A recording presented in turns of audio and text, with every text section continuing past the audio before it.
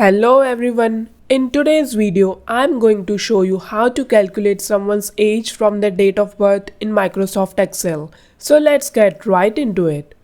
Here, I have an Excel sheet with column A as date of birth.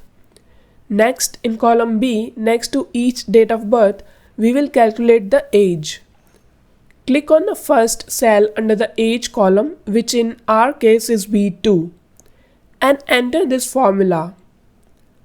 This formula uses dateIf function, which stands for date difference. A2 is where you have got the date of birth. Today function with open and close brackets generates today's date, and Y in double quotes tells Excel that you want the difference in years.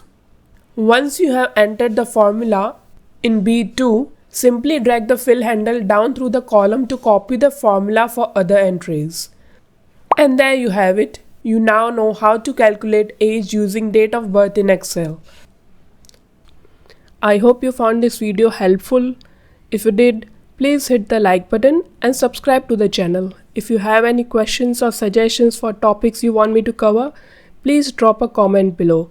I'll catch you in the next video. Take care.